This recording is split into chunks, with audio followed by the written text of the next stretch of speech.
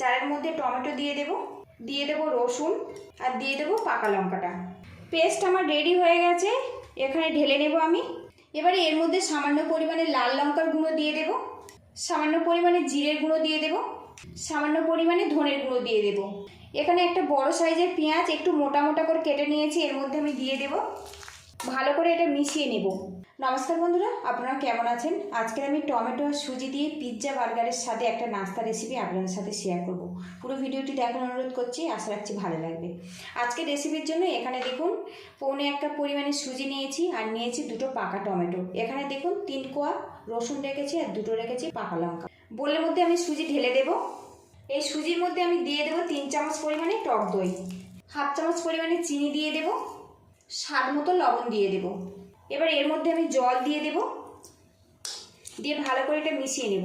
জল দিয়ে সুজিটা ভালো করে মিশিয়ে নিয়েছি আর এখন দেখুন একটু ঘন ঘন করে রেডি করেছি।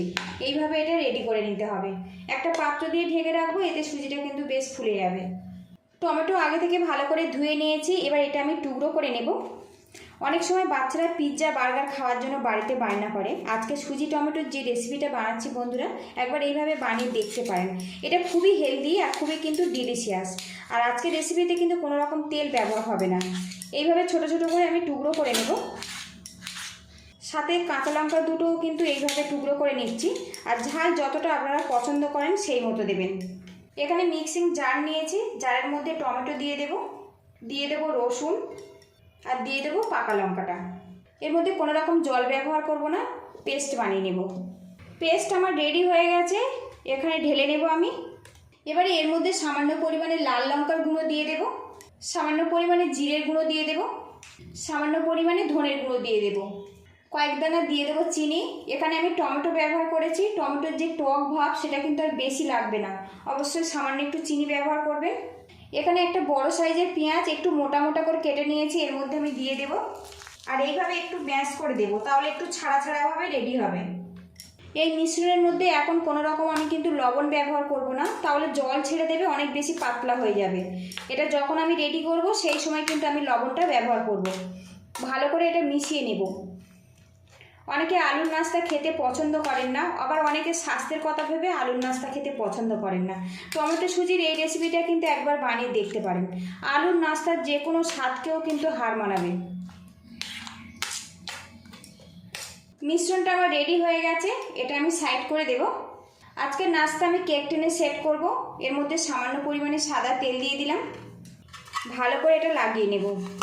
আর অবশ্যই সাদা তেল ব্যবহার করবেন, তাহলে নাস্তার মধ্যে কিন্তু কোনো রকম ফ্লেভার আসবে না।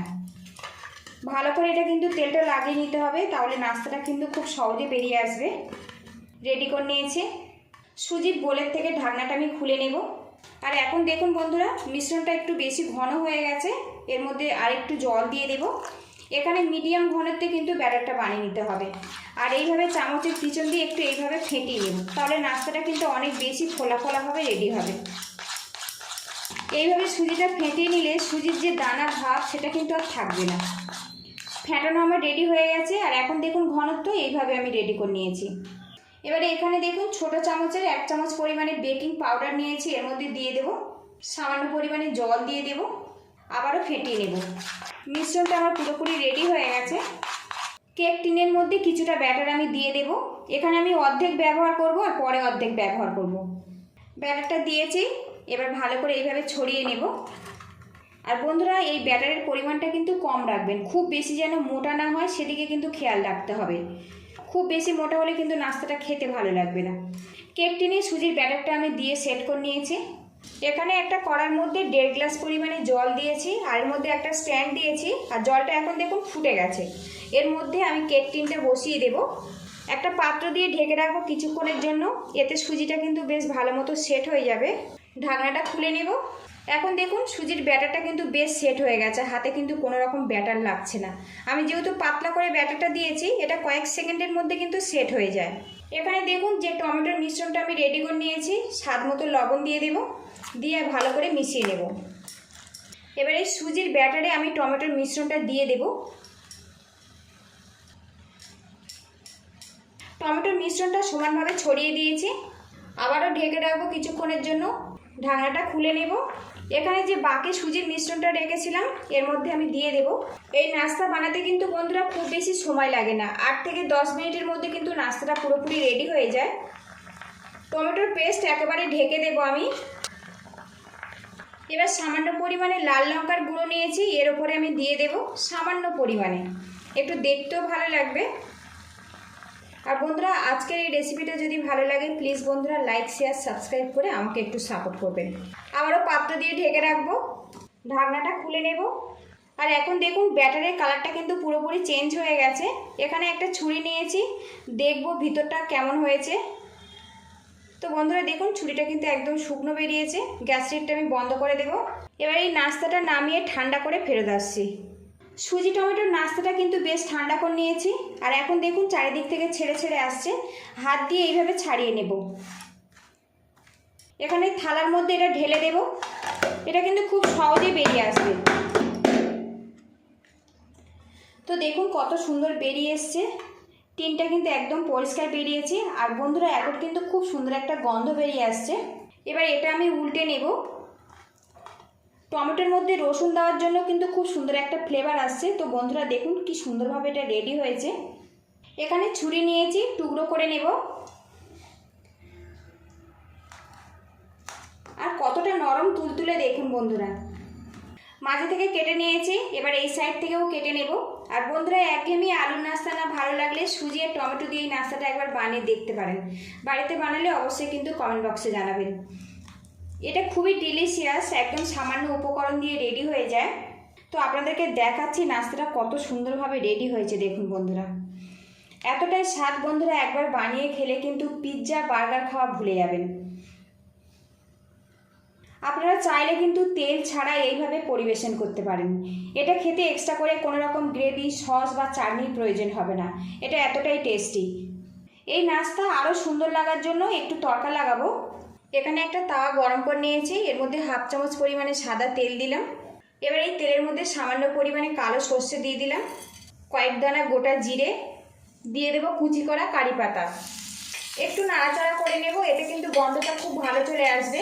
আর প্যানের চারিদিকে বেশ ভালো করে এটা লাগিয়ে নেব। এবারে যে নাস্তাগুলো আমি রেডি করে নিয়েছি এর ওপরে আমি দিয়ে দেব।